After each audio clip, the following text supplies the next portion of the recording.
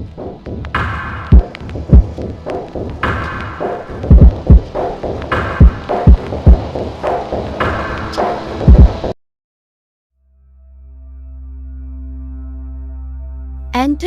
रोज की तरह कब्र खोदकर पास ही खड़ा हो गया। कुछ लोग ताबूत के इर्द गिर्द खड़े थे। फादर ने हाथ में क्रॉस लिया और पवित्र जल का छिड़काव करने लगे। कोविड-19 की वजह से सिर्फ 20 लोगों को ही कब्रिस्तान में आने के लिए मंजूरी मिली थी। उन 20 लोगों में सिर्फ एक ही औरत थी, या यूं कहे लड़की। लाश किसी वृद्ध इंसान की थी। आंखें खुली हुई थी, हाथ की उंगलियां मुट्ठी की तरह भींची हुई थी। एंथनी को अजीब लगा। एंथनी वैसे तो हमेशा पिया हुआ रहता था, पर दारूबंदी की वजह से दारू मिल ही नहीं रही थी। डॉक्टर से वो पहले ही 4 इंजेक्शन लगवा चुका था। बिना पिए उसके हाथ पैर भी बुरी तरह कांपने लग गए थे। फादर देखते ही समझ गए थे कि एंथनी ने कब्र सही तरीके से नहीं खोदी थी। आड़ी तिरछी कब्र खुदी हुई थी, पर मरता क्या न करता वाली बात थी। एंथनी जब लाश को ताबूत सहित गाड़ी से उतार रहा था, तभी लाश की खुली आंखें देखकर वो थोड़ा सहम गया था। आंखें आसमान की ओर टकटकी लगाए देख रही थी। एंथनी भी आसमान की ओर देखने लग गया। सहज ही एंथनी को अपनी गलती का एहसास हुआ और उसके चेहरे पर मुस्कान उभर आई। ये तो मरा हुआ है और मैं क्या ऊपर देख रहा हूँ? इसने तो ऊपर का रास्ता पहले ही नाप लिया है। एंथनी का ध्यान लाश के हाथों पर गया। दोनों हाथ मुट्ठी की शक्ल में बंधे हुए थे। ये अजीब था, पर एंथनी को क्या, उसे पैसे मिलते हैं और पैसों के लिए वो इस अजीब काम में लगा हुआ है। दिन में 1 या 2 बार कब्र खोदो, फिर कब्र को भर दो, और बदले में जो पैसे मिलते हैं वो अच्छी नौकरी करने वालों को भी ना मिले। ऊपर से लाश ने पहने हुए जेवरात वो रात को सफाई कर देता था। एंथनी यही सब सोचकर अपनी जगह पर खड़ा हुआ था। लड़की रो रही थी, पर फिर भी उसके मुख से तेज कम नहीं हो रहा था। उसकी आंखों में अश्रुओं की धारा निरंतर बहती जा रही थी। फादर ने अपना आखिरी वर्सेस बाइबल से पढ़ा। ताबूत को उठाने कुछ लोग आगे आए। उन्होंने ताबूत को उठाया और गड्ढे में डालने लग गए। ताबूत नीचे जमीन की सतह को छूते ही गड़गड़ाहट की आवाज आई। आवाज पहली बार एंथनी को अजीब लगी। हमेशा उसके कान ऐसी आवाजों के आदी थे, पर इस बार आवाज थोड़ी अजीब थी। शायद लकड़ी की गुणवत्ता में कुछ फर्क हो। ताबूत को बंद किया गया, पर वो आंखें बंद नहीं थी। वो आंखें खोई खोई सी लग रही थी। लड़की अब बुरी तरह रो रही थी। सभी ने अपनी मुट्ठी से कुछ मिट्टी उस ताबूत पर डाली। बाकी काम के लिए एंथनी ने फावड़ा उठाया और मिट्टी से कब्र को जल्दी जल्दी ढकने का काम करने लग गया। थोड़ी ही देर में कब्र पूरी तरह ढक चुकी थी। कुछ लोग जा चुके थे। फादर भी काम समाप्त करके चर्च की ओर बढ़ चले थे। लड़की के साथ खड़ा एक नौजवान एंथनी के पास आया। एंथनी के सर से कोई पसीना तो नहीं निकल रहा था, पर वो ऐसे दिखा रहा था कि बहुत थक गया है। उस नौजवान ने 2000 का नोट निकाला और एंथनी की तरफ कर दिया। एंथनी ने उसे देखा। उस नौजवान की आंखें बुरी तरह लाल थी, पर एंथनी को समझने में देर नहीं लगी कि ये आंखें रोने की वजह से लाल नहीं थी। साहब, ये नक्को, एंथनी ने कहा। तो फिर? वो नौजवान घुर्राया।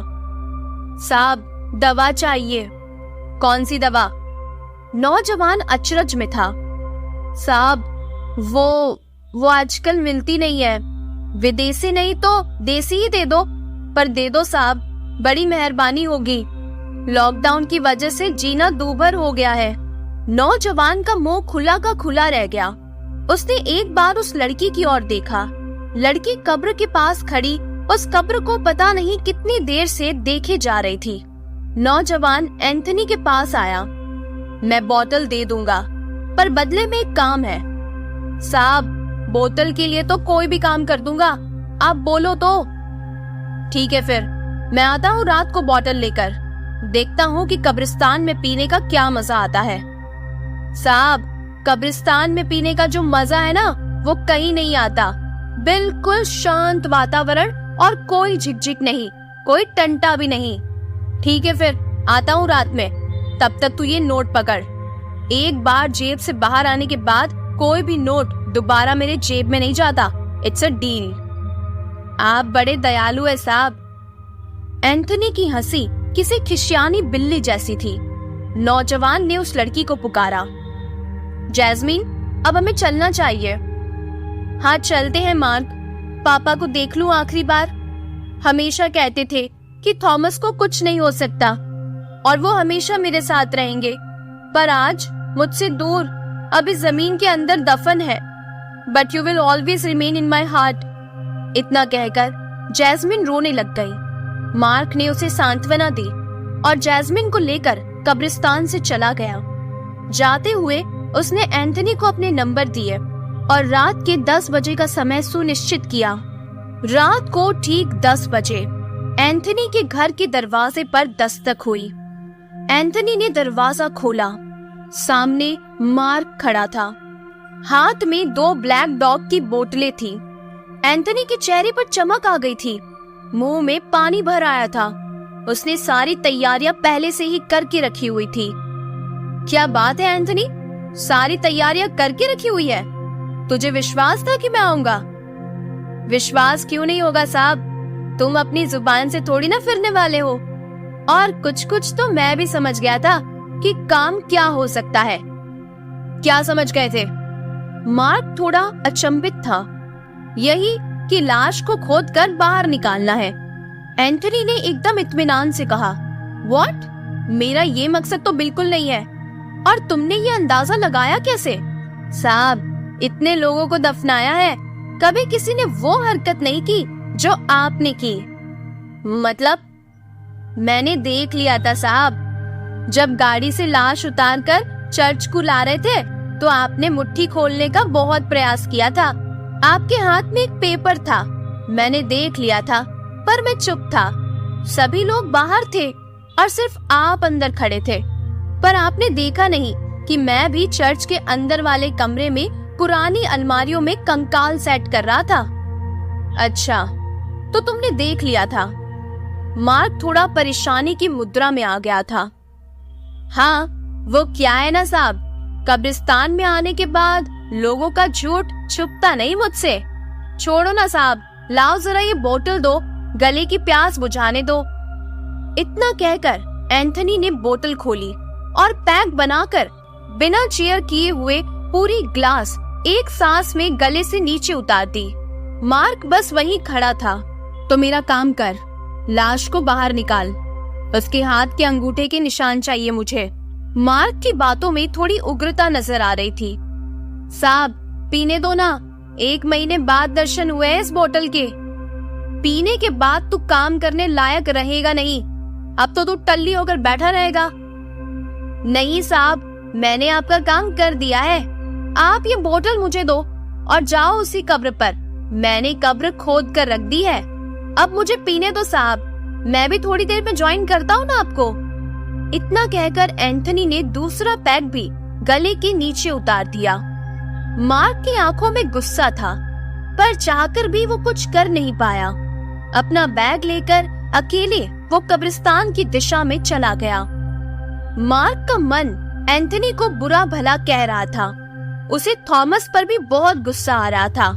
साला मरते मरते भी काम अधूरा छोड़ दिया। सारी जायदाद तहस नहस कर दी। इतनी मुश्किल से जैस्मिन को शादी के झांसे में लिया था ताकि शादी के बाद उसकी इकलौती बेटी को सारी जायदाद मिल जाएगी, पर इसने तो आधी जायदाद दान धर्म में डाल दी। एक फूटी कौड़ी ना दूं मैं किसी आश्रम वाश्रम को। मार्क जैसे थॉमस के आखिरी मंजर को याद करने लगा। मार्क ने खूब झगड़ा किया था थॉमस से, बहुत बुरा भला बोल पड़ा था। थॉमस के सामने उसने उसकी वसीयत के नए कागजात बनाकर रख दिए थे। थॉमस को बहुत बुरा लगा था। थॉमस के मन में मार्क के लिए नफरत पैदा हो गई थी। उसे मार्क का विश्वासघात बहुत बुरा लग रहा था। उसे जैस्मिन की याद आ रही थी, पर जैस्मिन डॉक्टर थी और उसे छुट्टी नहीं मिल रही थी। घर पर मार्क और थॉमस ही थे। दोनों में खूब बहस हुई, झगड़े भी हुए, पर मार्क जबरदस्ती करने लगा और थॉमस को दिल का दौरा आ गया। मार्क को लगा कि ये बूढ़ा नाटक कर रहा है, पर थोड़ी देर में ही वो समझ गया कि मामला तो गड़बड़ है। इतने में दरवाजे की बेल बजी। और सामने जैस्मिन खड़ी थी। अरे जैस्मिन, मैं तुम्हें ही फोन कर रहा था, देखो ना पापा को क्या हुआ है। जैस्मिन दौड़ कर गई, पर तब तक देर हो चुकी थी और थॉमस की मौत हो चुकी थी। जैस्मिन खूब रोई और मार्क ने थॉमस की आंखें बंद करनी चाही, पर वो खुली की खुली रही। मार्क ने पेपर भी अपने पीछे छुपा लिए। थॉमस की मुट्ठी बुरी तरह से भींची हुई थी। ये कहानी थी थॉमस की मौत के पीछे की। अब कहानी को आगे बढ़ाते हैं। मार्क कब्रिस्तान पहुंच चुका था। दिन में जितनी हरियाली थी, रात में वही हरियाली डरावना मंजर पैदा कर रही थी। मार्क ने बैग से एक टॉर्च निकाली। टॉर्च की फोकस लाइट बढ़िया थी। पूरे कब्रिस्तान में कोई लाइट नहीं थी। एंथनी के घर और चर्च से दूर आ गया था मार्क। वातावरण वाकई शांत था। वातावरण में ठंडक भी थी। मार्क उस कब्रिस्तान की कब्रों के बीच से गुजर रहा था। सभी कब्रें ऐसी प्रतीत हो रही थी कि जैसे वो मार्क को ही घूर रही थी। मार्क ने आज से पहले कभी रात में कब्रिस्तान का रुख नहीं किया था। उसे भूत प्रेतों में विश्वास नहीं था, परंतु अपने साथ हमेशा जीसस का लॉकेट रखता था। तभी उल्लू की चिंकारी से मार्क का हृदय कांप गया। कीट पतंगों की आवाजें डरावने माहौल को और डरा रही थी। मार्क को न जाने क्यों, पर बहुत ज्यादा डर लग रहा था। उसके माथे से पसीना रुकने का नाम ही नहीं ले रहा था। आंखों के सामने से ऐसे लग रहा था जैसे अभी कोई कब्र से उठेगा और मार्क से कहेगा कि इतनी रात को यहाँ क्या कर रहा है। उसके हाथों पैरों में भी कंपन होना शुरू हो गया था। मार्क की रफ्तार धीमी थी। वो बार बार अपने चारों तरफ नजर घुमा रहा था। उसे लग रहा था कि कोई उसके आसपास ही है। पत्तियों की हल्की सी भी सरसराहट उसे और डराने के लिए काफी थी। वो मन ही मन एंथनी को गालियां दिए जा रहा था। उसे भी साथ में लाना चाहिए था। रात में ये कब्रिस्तान तो किसी भूतिया घर जैसा लग रहा है। भूल भुलैया बिखरी है जैसे यहाँ। थॉमस की कब्र कौन सी है ढूंढना मुश्किल लग रहा है। तभी जैसे पवन का एक झोंका आया और डर के मारे मार्क के हाथ से टॉर्च नीचे गिर गई। टॉर्च की लाइट जहाँ जाती वहाँ सिर्फ जमीन से लगे हुए क्रॉस और जमीन के 6 फीट नीचे लाशों के अंबार ही प्रतीत हो रहे थे। हर क्रॉस पर कुछ न कुछ लिखा हुआ था। Welcome in deep slumber, resting peacefully, वगैरह वगैरह। मार्क अपने कदम संभाल संभाल कर रख रहा था। वो गलती से भी कब्र पर पैर रखने की गुस्ताखी नहीं कर रहा था। उसे बचपन में माँ ने बताया था कि कब्र पर पैर नहीं रखते, मुर्दा लाशें खिंच जाती है। बेतों की बात थी, पर मार्क उस बात का ध्यान बखूबी रख रहा था। अभी वो मन ही मन जीसस को याद कर रहा था। इसके बाद कभी कोई बुरा काम नहीं करूंगा, बस ऐसी प्रार्थना का रट लगाए हुए था। अंधेरा बेहद ज्यादा था। चंद्रमा की रोशनी भी काले बादलों की वजह से गायब हो गई थी। हर छोटी से छोटी आवाज भी मार्क की धड़कनें बढ़ाने के लिए काफी थी। जगह जगह लाशों की सड़ी हुई बदबू आ रही थी। तभी टॉर्च की रोशनी एक खुदी हुई कब्र पर पहुंची। मार्क ने राहत की सांस ली। ये कब्र थॉमस की ही थी। एक और कब्र खुदी हुई थी थॉमस की कब्र के थोड़ी दूर। मार्क को अचरज हुआ, पर फिर लगा शायद एक और नया लाश रूपी ग्राहक जल्दी ही यहाँ की शोभा बढ़ाने आ रहा होगा। थॉमस का ताबूत कब्र के बिल्कुल पास ही रखा हुआ था। एंथनी ने कहे अनुसार ही काम किया था। कब्र पूरी तरह खुदी हुई थी। टॉर्च की रोशनी से क्रॉस पर लिखा हुआ नाम पढ़ा, Thomas is not here, he is in heart. ये पढ़कर मार्क की हंसी छूट गई। थॉमस ने अपनी वसीयत में शायद ऐसे लिखवाया हो, पर सचमुच में जैस्मिन ऐसा लिखवाएगी, ऐसा विश्वास नहीं था। खैर, मार्क को अपना काम जल्दी से जल्दी खत्म करना था। उसने ताबूत को खोलने के लिए पास ही पड़ी कुदाल से मारना शुरू कर दिया। वो आवाज भयंकर रूप से पूरे कब्रिस्तान में गूंज रही थी, मानो सारे मुर्दा लाशें उस आवाज से ही उठ पड़ेगी। एक एक आवाज किसी भयंकर बीमारी की तरह मार्क की धड़कनों को बढ़ा रही थी। आखिरकार ताबूत को खोलने में कामयाबी हासिल कर ही ली मार्क ने। ताबूत के दरवाजे को खोलते ही अंदर जब मार्क ने टॉर्च मारी तो अंदर से थॉमस की लाश गायब थी। मार्क हक्का बक्का रह गया। उसने आसपास देखा, उस कब्र के गड्ढे में देखा, पर थॉमस की लाश गायब थी। मार्क को अब एंथनी पर बहुत गुस्सा आ रहा था। क्या खेल खेल रहा है ये एंथनी, छोड़ूंगा नहीं उसे। इतना कहते ही मार्क ताबूत के पास खड़ा होकर वहां से निकलने ही लगा था कि पीछे से एक हाथ उसके कंधे पर आ पड़ा। मार्क पीछे मुड़ा। एंथनी बेवकूफ, थॉमस कहाँ है? मार्क ने एंथनी समझकर जोरदार चिल्लाया ही था कि एक आवाज आई उसके कानों में, थॉमस यहाँ है। मार्क के सामने एंथनी नहीं बल्कि थॉमस खड़ा था। मार्क की बोलती बंद हो गई थी। वो थर थर कांपने लगा। उसके मुंह से कोई शब्द नहीं निकल रहा था। उसे विश्वास नहीं हो रहा था कि थॉमस को तो आज सुबह ही दफनाया गया था और अभी वो साक्षात उसके सामने खड़ा है। मार्क की आंखें इतनी चौड़ी हो गई थी कि मानो वो अभी के अभी फटकर बाहर आ जाएगी। थॉमस की मुट्ठी अब भी बंद थी। मुझे माफ कर दो थॉमस। मार्क की आवाज बेहद धीमी थी, पर मार्क इतना डरा हुआ था कि उसकी ध्वनि बेहद कम थी। माफ तो मैं कर देता मार्क, पर माफ करूंगा नहीं। इतना कहकर थॉमस ने अपनी मुट्ठी मार्क के सीने की ओर कर दी। मार्क को सीने पर भयंकर दबाव महसूस होने लगा। ऐसे लगने लगा जैसे हजारों कीलें एक साथ उसके हृदय पर रख दी गई हो। मार्क का पूरा शरीर पसीने से तरबतर हो गया था। वो लड़खड़ा रहा था। उसका एक हाथ सीने को कसकर पकड़े हुए था। थॉमस ने जल्द ही अपनी मुट्ठी खोल ली। मुट्ठी खोलती तक मानो मार्क का हृदय पूरा मसल दिया गया हो। उसकी आंखें भयावह रूप से बाहर आ गई थी। मार्क का शरीर जल्द ही अकड़ गया था।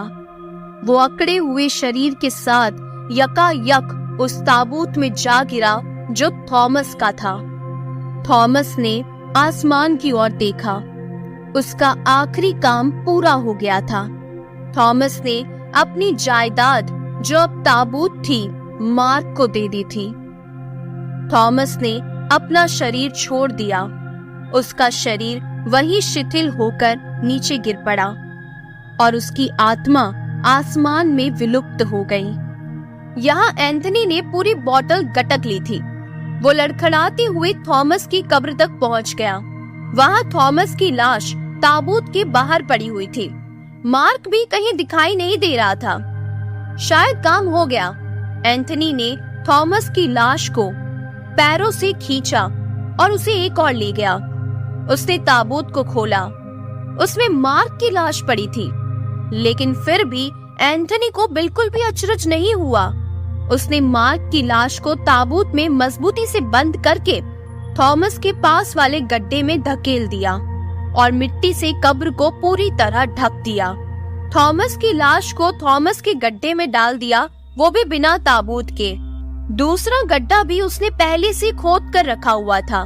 थॉमस की लाश को देखते ही उसे थोड़े समय पहले हुई वार्तालाप याद आ गई। दरअसल एंथनी ने जब थॉमस की कब्र को खोदकर बाहर निकाल दिया था, तभी उसे एक आवाज आई थी, एंथनी 2 बोतलें नहीं बल्कि बोतलों का पूरा कैरेट दूंगा। पास में ही एक और गड्ढा खोदकर चला जा।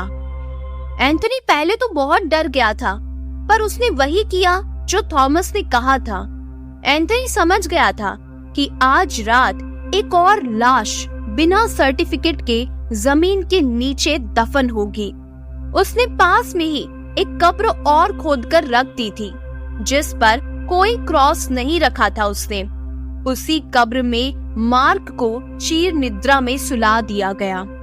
इस बार ताबूत को कब्र में गाड़ते समय जो आवाज आती है वही आवाज आई, कोई दूसरी अजीब आवाज नहीं थी। एंथनी को कई साल हो गए थे इन मुर्दा लोगों के साथ रहते रहते। उसे पता था कि कौन सा मुर्दा जगा हुआ है। जब भी ताबूत को कब्र में उतारा जाता है, एंथनी वहीं खड़ा रहता है। ताबूत की अजीब सी आवाज उसके कानों तक पहुंच ही जाती है और वो हमेशा समझ जाता था। एंथनी घर आया तो घर में ब्लैक डॉग की पूरी कैरेट भरी हुई बोतलें पड़ी हुई थी और एंथनी बोल पड़ा, now that's a real deal. दारू के नशे में कुछ भी अजीब नहीं लगता, सब कुछ नियति ही लगती है। कहानी पसंद आई है तो वीडियो को लाइक और चैनल को सब्सक्राइब जरूर कीजिए। सुनते हैं अगली भूतिया कहानी। मीरा, मेरी प्यारी मीरा। ये आवाज उस छोटी नन्ही परी को सुनाई दे रही थी। उसकी उम्र लगभग 4 या 5 वर्ष की होगी। रात के 1 बजे थे। मीरा के पास उसकी सौतेली माँ मोहिनी सोई हुई थी, पर मीरा की आंख किसी आवाज से खुल जाती है, जैसे कोई उसे पुकार रहा हो। उसे इस तरह सिर्फ उसके पापा ही बुलाते थे। वो मन ही मन सोचती कि उसके पापा न जाने कहाँ चले गए। नई माँ कुछ बताती भी नहीं। जब भी पापा के बारे में पूछती तो आंखों से आंसू निकाल लेती और मीरा को अपनी गोद में बिठा लेती। अभी कुछ दिनों पहले ही काफी लोग इकट्ठा हुए थे घर में। उसके पापा को एक बड़ी गाड़ी में लाया गया था। उसके पापा को सफेद चादर में लिटाया गया था। मीरा को आखिरी दर्शन भी कराए गए थे। वो मासूम तब भी पापा से कह रही थी, उठो ना पापा, उठो ना, मेरे साथ खेलो ना। पर उसके पापा जैसे चीर निद्रा में सोए हुए थे। वहां उपस्थित सभी लोगों की आंखें नम हो गई थी। उसके पापा चाह रहे थे उसके साथ खेलना, पर प्रकृति के नियम का उल्लंघन नहीं करना चाहते थे। वो आवाज फिर आती है, मीरा, मीरा। मीरा उठकर बेडरूम से बाहर आती है। उसका घर एक पूरा पेंट हाउस था। बिल्डिंग के 13वें मंजिल पर बना हुआ था मकान। आवाज बड़ी हल्की पर गूंजती हुई सी थी, जैसे कोई भय और सन्नाटे का मिश्रण हो। मीरा अपने नन्हे हाथों से अपनी आंखें मसलती है। उसे सामने सिर्फ अंधेरा दिखाई देता है। कमरों के अंतहीन अंधेरों से वो आवाज गूंजती हुई सी आ रही थी। बेडरूम के बाहर ही आलीशान लिविंग रूम था। लिविंग रूम में खिड़की से कुछ उजाला छन कर आ रहा था। रोशनी रुआसी थी, न कम दिखता और न ही ज्यादा। लिविंग रूम के पास ही किचन और 2 कमरे बने हुए थे। उनके दरवाजे खुले हुए थे। मीरा लिविंग रूम में आती है। उसकी नन्ही पैर लिविंग रूम के सोफे पर पड़ी अपनी गुड़िया के पास ठिठक कर रह गए। उसने अपनी गुड़िया को उठा लिया। तभी वो आवाज फिर से आई, मीरा, मीरा। मीरा को यह आवाज किचन के पास बने पापा के कमरे से आ रही थी। जब से पापा की मौत हुई थी, मोहिनी मीरा के पास ही सो रही थी। वो मीरा को अकेले सोने नहीं देना चाहती थी। वैसे भी कमरे में विजय की यादों की भरमार थी। मीरा उस कमरे की ओर आगे बढ़ती है। अंधेरे में एक साया कमरे में मीरा का इंतजार कर रहा था। ऐसे लग रहा था जैसे वो साया कमरे की दीवारों पर किसी धुएं के समान विचरण कर रहा था। मीरा के नन्हे पैर किचन तक आकर रुक जाते हैं। किचन के पास ही पड़े डाइनिंग टेबल पर कुछ सेब पड़े हुए थे। मीरा का ध्यान उन सेबों पर जाता है। वो डाइनिंग चेयर पर चढ़ती है और सेब को उठाती है। सेब को अपने मुंह तक ले जाती है। सेब पर उसके नन्हे नन्हे दांत गड़ा देती है। सेब को देखकर ऐसा लग रहा था जैसे किसी चूहे ने उसे कतर दिया हो। वो आवाज उस कमरे से दोबारा आती है, मीरा, मीरा। मीरा का ध्यान दोबारा उस आवाज की ओर जाता है। वो डाइनिंग से उतरती है, उस कमरे तक पहुंचती है। उस अंधेरे में मीरा उस आवाज के स्रोत को देखना चाह रही थी, पर अंधेरा बहुत ज्यादा था। उस कमरे से दोबारा वही आवाज आती है। कमरे में एक विशाल बेड बना हुआ था। बेड के ऊपर पापा की बड़ी सी फोटो लगी हुई थी। फोटो को देखते ही मीरा को लगा जैसे उसके पापा उसे बुला रहे हो। एक और बड़ी सी अलमारी बनी हुई थी। मीरा उस कमरे में पैर रखती ही है कि पीछे से एक हाथ उसके मासूम कंधों पर आ पड़ता है। मीरा, क्या कर रही हो इतनी रात को? मोहिनी ने मीरा से कहा। मम्मा, पापा बुला रहे थे। मीरा ने बड़ी मासूमियत से कहा। पापा? कहाँ है पापा? मोहिनी अंधेरे में जैसे देखने की कोशिश कर रही थी। वहां कोई नहीं था, सिवाय उस बड़े फोटो पर जिसमें हंसती हुई विजय की फोटो थी। मैंने कितनी बार कहा है मीरा, अब पापा कभी नहीं आएंगे। वो हमसे दूर भगवान के घर गए हैं, अब भगवान उन्हें नहीं आने देंगे। इतना कहते ही मोहिनी की आंखें डबडबा सी गई। भगवान क्यों नहीं आने देंगे उन्हें? मीरा ने मोहिनी से प्रश्न किया। वैसे भी भगवान का नाम बार बार सुन सुनकर उस मासूम बच्ची के मन में नफरत पैदा हो गई थी। मम्मा, मैं सच्ची कह रही हूँ, पापा की ही आवाज थी। देखो, कोई नहीं है यहाँ बेटा।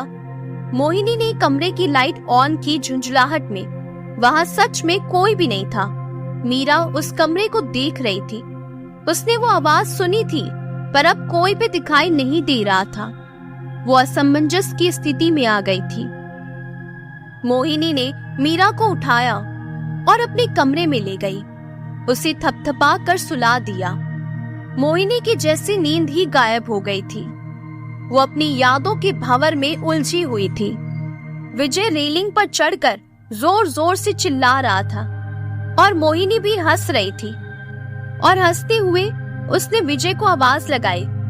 विजय, अब रेलिंग से नीचे उतर जाओ, अब बस हो गया। तभी विजय कह रहा था, नहीं, मैं नहीं उतरूंगा। मैं बहुत खुश हूँ मोहिनी। मुझे मीरा की बहुत चिंता रहती थी, पर जब से तुम मेरी जिंदगी में आई हो, मेरी सारी चिंता गायब हो गई है। अब मुझे कोई चिंता नहीं है। और विजय दोबारा चिल्ला रहा था। आसपास के लोग भी उनकी अजीब हरकतों से परेशान लग रहे थे। विजय की एक एक बात मोहिनी को याद आ रही थी। शादी को अभी सिर्फ 1 साल ही हुआ था कि विजय की रोड एक्सीडेंट में मौत हो गई। मोहिनी उस दिन पूरी तरह से टूट गई थी। इतना बड़ा बिजनेस और मीरा का ध्यान आखिर वो कैसे रख पाएगी? ये सोचते सोचते मोहिनी की आंख लग गई। अगले दिन, मीरा, मम्मा को आज जरूरी काम के लिए बाहर जाना है। शीला आंटी घर पर ही रहेगी तुम्हारा ध्यान रखने के लिए। शीला आंटी को परेशान मत करना। नाश्ते की टेबल पर मोहिनी मीरा से कह रही थी। पर मम्मा, मैं भी आऊंगी। बेटा, जिद नहीं करते। फैक्ट्री में जाना है, कुछ जरूरी काम है। मम्मा जल्दी आ जाएगी। आते वक्त तुम्हारे लिए नई डॉल लेकर आएगी, प्रॉमिस। वाओ मम्मा, वो बोलने वाली गुड़िया चाहिए मुझे। Okay my doll. इतना कहकर मोहिनी नाश्ता करके उठ जाती है। किचन में शीला बर्तन धो रही थी। शीला उनकी काम वाली बाई थी। शीला, मेरे आने तक गुड़िया को अपनी आंख से ओझल मत होने देना और उसके साथ ही रहना। मोहिनी शीला को सख्त हिदायत दे रही थी। जी मेम साहब। इतना कहकर वो दोबारा अपने काम में लग जाती है। कुछ ही देर में मोहिनी घर से निकल जाती है। शीला अपना काम निपटाकर बालकनी में अपने फोन पर लग जाती है। मीरा अपनी डॉल को लेकर घर में घूम रही थी। उसके एक हाथ में डॉल थी। वो डॉल को अपने नन्हे हाथों से पकड़े हुए थी। डॉल का एक हाथ मीरा के हाथ में था। उसके दोनों पैर पूरे कमरे में घिसट रहे थे। तभी उसे फिर से आवाज सुनाई देती है, मीरा, मीरा। मीरा के कदम रुक जाते हैं। वो पापा के बेडरूम के बाहर खड़ी थी। दरवाजा बंद था। मीरा अपने नन्हे हाथों से उस दरवाजे के नोब को घुमाती है। दरवाजा खट की आवाज से खुल जाता है। कमरे में हल्का उजाला था। मीरा अपनी डॉल के साथ कमरे में शिरकत करती है। बेड के ऊपर विजय की बड़ी फोटो थी। मीरा को लग रहा था कि वो फोटो उसे ही देख रही थी। डॉल, पापा की आवाज आ रही है पर पापा नहीं दिख रहे। मीरा अपनी डॉल से बात कर रही थी। मीरा, इस बार ये आवाज मीरा के पीछे से आ रही थी। वो पलटी। पीछे कोई भी नहीं था। पीछे सिर्फ अलमारी थी। मीरा उस अलमारी की तरफ आगे बढ़ती है। अलमारी के दरवाजों पर एक अजीब सी कालिख पुती हुई थी, मानो कोई गहरे काले धुएं में जकड़ी हो। अलमारी के अंदर से कुछ सर सर की आवाज आ रही थी। मीरा अपने नन्हे हाथ उस अलमारी की तरफ आगे बढ़ाती है। तभी शीला उस कमरे में उसे पीछे से आवाज लगाती है, मीरा बेबी, बाहर मम्मा का फोन आया है। मम्मा का? मीरा डॉल सहित लिविंग रूम में रखे बेसिक फोन को उठाने जाती है। हाँ मम्मा। बेटा, मम्मा फैक्ट्री पहुंच गई है। जल्दी जल्दी अपना काम निपटा कर घर आ जाएगी। आप अच्छे बच्चे की तरह लंच करके सो जाना। ओके मम्मा। मीरा फोन रखकर वहीं डॉल के साथ खेलने लग जाती है। शीला दोबारा अपने मोबाइल में व्यस्त हो जाती है। कुछ देर बाद बेसिक फोन दोबारा बजता है। मीरा पास में ही थी। वो फोन उठा लेती है। हेलो मीरा? मीरा? पापा? मीरा की आंखों में चमक आ गई। हाँ मेरी गुड़िया, मैं पापा। पापा, आप कहाँ चले गए? मैं भगवान के पास हूँ। आप यहाँ आ जाओ ना। मैं नहीं आ सकता। भगवान अब मुझे कभी नहीं आने देंगे बेटा। भगवान बुरे हैं। मैं कभी भी उनसे बात नहीं करूंगी। नहीं बेटा, वो तो बहुत अच्छे हैं। अच्छे हैं तो आप आ जाओ यहाँ। बेटा, मैं नहीं आ सकता। नहीं, आपको आना होगा। और इतना कहकर मीरा रोने लगी। ठीक है, मैं भगवान से बात करता हूँ। अब बात मत करो, बस आ जाओ। आपके बिना अच्छा नहीं लगता। मेरी डॉल के साथ कोई नहीं खेलता। अच्छा ठीक है, मैं आ रहा हूँ। तुम एक काम करो, मेन गेट का दरवाजा खोलकर रख देना। मैं जल्दी से आ जाता हूँ। फिर हम दोनों साथ मिलकर डॉल के साथ खेलेंगे। ओके पापा। इतना कहकर मीरा फोन रख देती है। वो दरवाजे की तरफ आगे बढ़ती है। दरवाजे पर पासवर्ड प्रोटेक्टेड गैजेट था।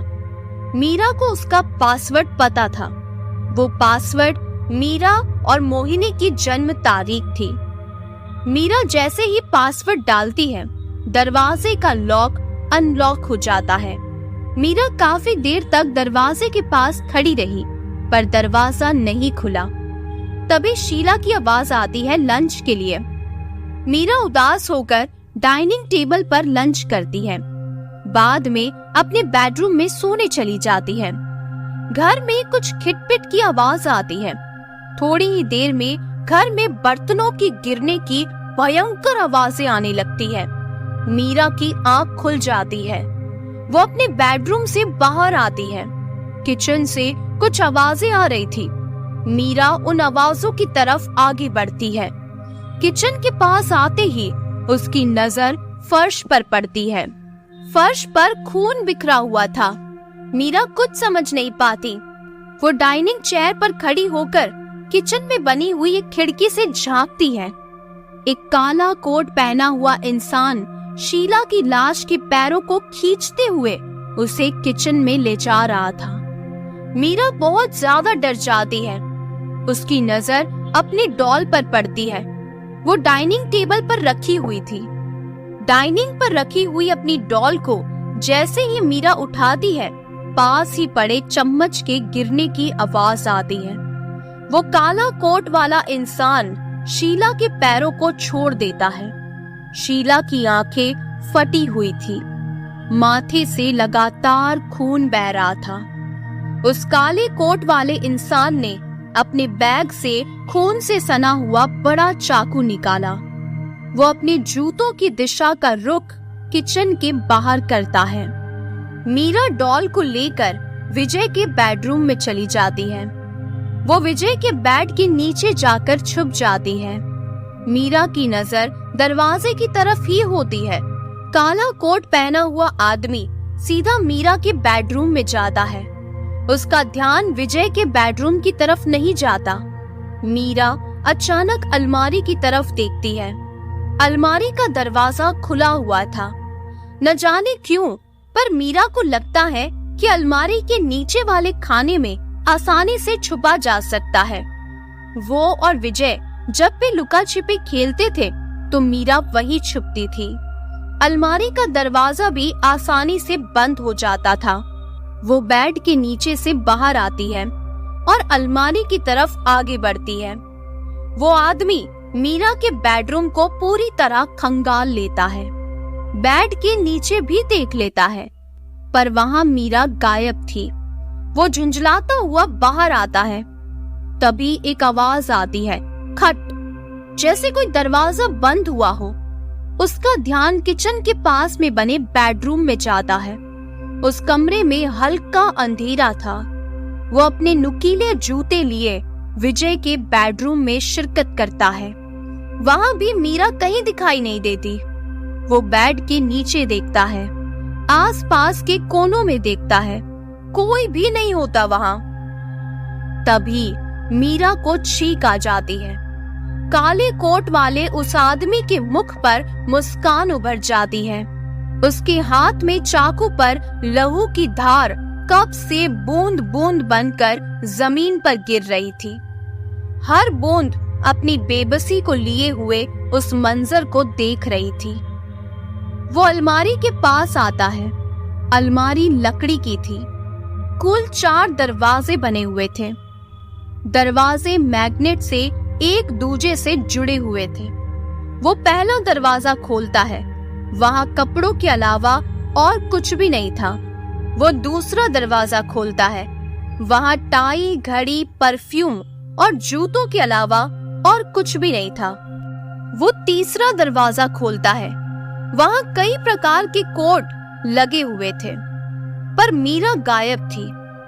अब वो चौथा दरवाजा खोलता है, पर वहां भी कुछ फाइलों, डॉक्यूमेंट्स और तिजोरी के अलावा कुछ भी नहीं होता। उसका सिर चकराने लग जाता है। वो आनन फानन में कमरे से बाहर आता है।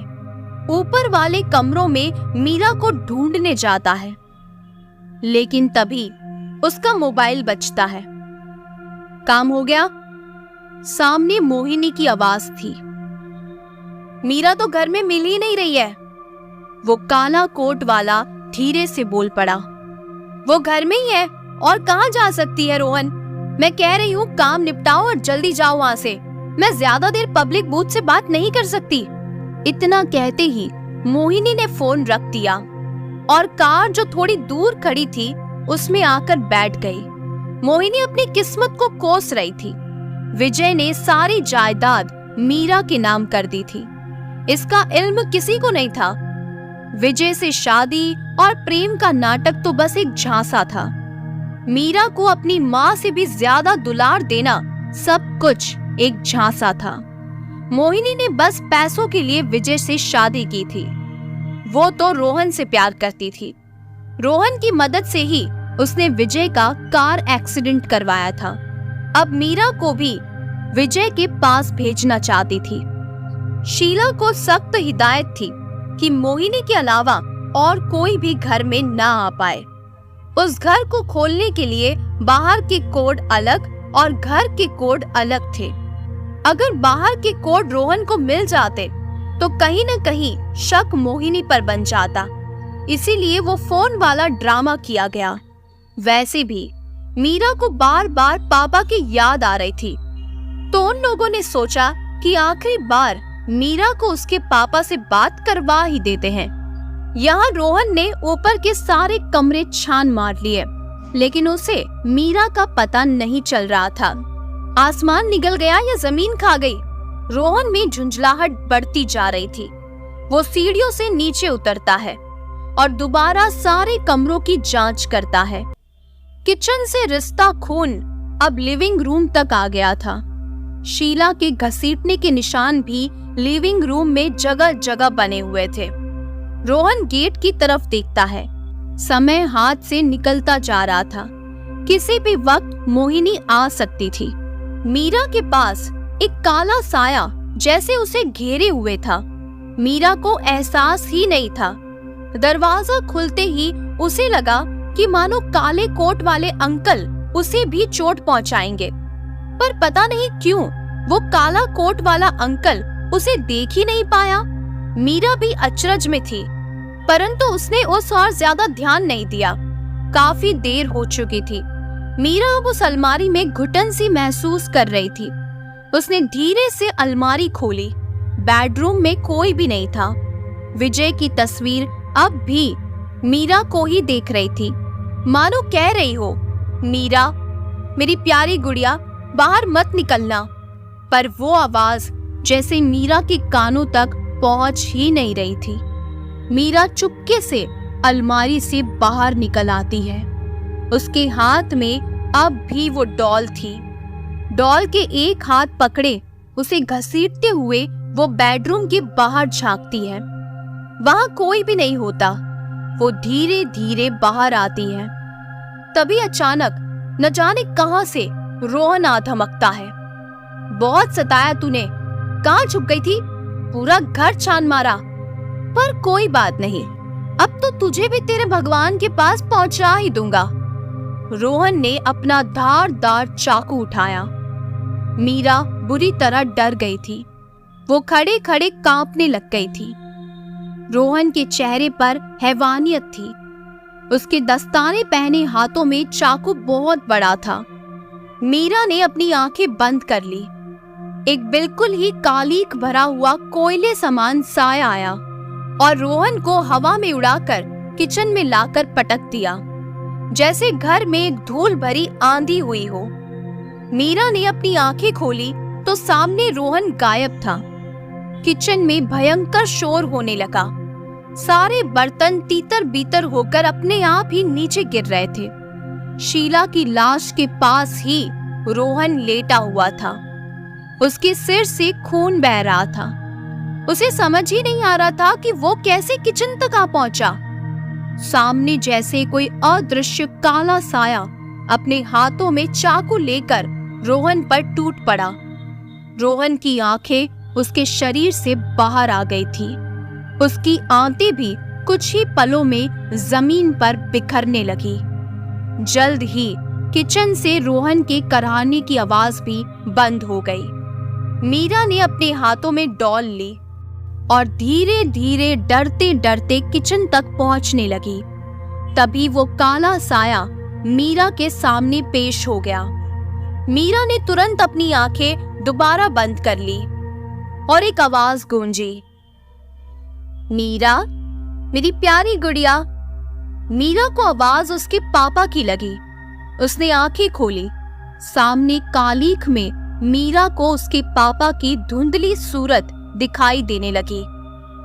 मीरा ने उस साए की उंगली पकड़ी और अपने बेडरूम में ले गई। वहां ढेर सारे गुड्डे गुड़िया रखी हुई थी और वो उन सभी के साथ खेलने लगी और वो काला साया भी उसके साथ खेल रहा था, जैसे अपने अरमान जी रहा हो। आपको हमारे साथ पुलिस स्टेशन चलना होगा, वो रौबदार पुलिस वाला अपने दांतों को भींचते हुए बोल पड़ा। पूरे घर में पुलिस और फॉरेंसिक एक्सपर्ट ने जाल बिछाया हुआ था। पर मैं क्यों? मोहिनी के हाथों में मीरा थी। मीरा के पास वही डॉल थी। दोनों लिविंग रूम के सोफे पर बैठे हुए थे। रोहन के मोबाइल फोन में आपकी उनके साथ फोटोज पाई गई है। उसके मोबाइल के व्हाट्सएप में मैसेजेस के द्वारा खुलासा हुआ है कि आप दोनों ने मिलकर विजय का खून कर दिया था और मीरा को मारने की साजिश भी आपने बनाई थी, पर आपकी नौकरानी ने रोहन को मार गिराया और इसी बीच ज्यादा खून बह जाने से उसकी भी मौत हो गई। You are under arrest. इतना कहते ही एक लेडीज पुलिस वाली ने मोहिनी के हाथों में हथकड़ी पहना दी। मोहिनी ये सोच सोच कर परेशान थी कि आखिर रोहन की मौत हुई कैसे। अंतिम बार जब फोन पर उन्होंने बात की थी तो वो मीरा को ढूंढ रहा था। तो क्या मीरा ने? नहीं, ये बच्चे तो नहीं मार सकती। मम्मा, कहाँ जा रहे हो? मीरा ने बड़ी ही मासूमियत से मोहिनी से पूछा। मोहिनी की जैसे तंद्रा टूट गई। मम्मा जल्दी आ जाएगी बेटा, तुम अपना ध्यान रखना, मोहिनी ने बनावटीपन से कहा। उसके माथे पर शिकन साफ साफ नजर आ रही थी। मम्मा, मैं जानती हूँ अब आप भगवान के पास जा रही हो ना? मोहिनी के मानो होश उड़ गए। नहीं मेरी गुड़िया, मैं तो यही हूँ आपके पास। मम्मा को फैक्ट्री में बहुत काम है ना? मोहिनी ने हड़बड़ीपन में कहा। मम्मा, मैं जानती हूँ आप भगवान जी के पास ही जा रही हो। मेरा एक मैसेज देना उन्हें, उनसे कहना big big thank you. Meera के चेहरे पर मुस्कान थी। थैंक यू, वो भी भगवान को? मोहिनी आश्चर्यचकित हो गई। हाँ मम्मा, उन्होंने पापा को भेजा और पापा ने उस काले गंदे से अंकल को मार दिया, मीरा ने बड़ी ही सहजता से कहा। मोहिनी का दिमाग घूम गया था। उसके पैरों तले जमीन खिसक गई थी। उसका ध्यान मीरा की तरफ गया। मीरा बार बार विजय के बेडरूम की तरफ देख रही थी। मोहिनी ने जाते जाते उस कमरे की तरफ देखा। कमरे में कोई भी नहीं था, परंतु ऐसा लग रहा था मानो कोई आकृति काला धुआं बनकर उस कमरे में विचरण कर रही हो। मोहिनी का माथा ठनका, पर तब तक पुलिस वाले उसे घर से उठाकर जेल ले गए। मीरा खुशी खुशी खेल रही थी। उसे लग रहा था मानो कुछ हुआ ही नहीं है, क्योंकि अब एक साया उसके साथ था, जिसके साथ वो खेल सकती थी, हंस सकती थी, क्योंकि वो साया उसके पापा विजय थे। मीरा को अब भी वो आवाज आ रही थी, मीरा, मेरी प्यारी मीरा। कहानी आपको कैसी लगी कमेंट करके जरूर बताइएगा। इन दोनों कहानियों में से आपको कौन सी कहानी ज्यादा पसंद आई है कमेंट करके जरूर बताइए। अगर आप अपनी कोई हॉरर स्टोरीज मेरे साथ शेयर करना चाहते हैं तो मेरी इंस्टा लिंक आपको डिस्क्रिप्शन में मिल जाएगी। वहां जाकर आप अपनी हॉरर स्टोरीज भी मेरे साथ शेयर कर सकते हैं। इसके साथ ही आप कौन से टॉपिक पर हॉरर स्टोरीज सुनना चाहते हैं कमेंट में अपनी राय जरूर बताइएगा। मैं उन्हीं टॉपिक पर वीडियोस बनाने की कोशिश करूंगी। अगर आपको मेरा वीडियो पसंद आता है तो वीडियो को लाइक और चैनल को जरूर सब्सक्राइब कीजिएगा। ऐसी ही और भी डरावनी, भूतिया और रहस्यमयी कहानियों को सुनने के लिए मेरे चैनल से जुड़े रहिएगा।